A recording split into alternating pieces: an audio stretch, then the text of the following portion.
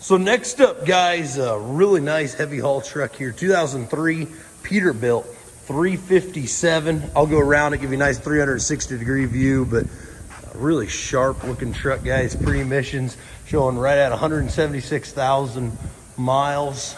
Super singles up front. Detroit Series 60, 500 horse diesel motor, and it's a shiny, good looking rig for sure. Got the 18-speed Eaton transmission, headache rack, nice clean interior,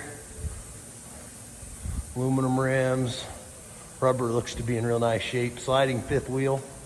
It's got a wet kit. It will have mud flaps on it, guys. Just realized when we were picturing it here, it didn't have those on yet, but it will here shortly.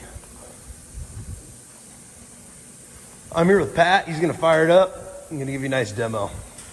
Starts up there, guys.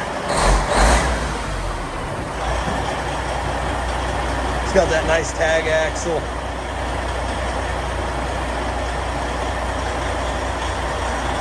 Like we said, rubber looks to be good all the way around.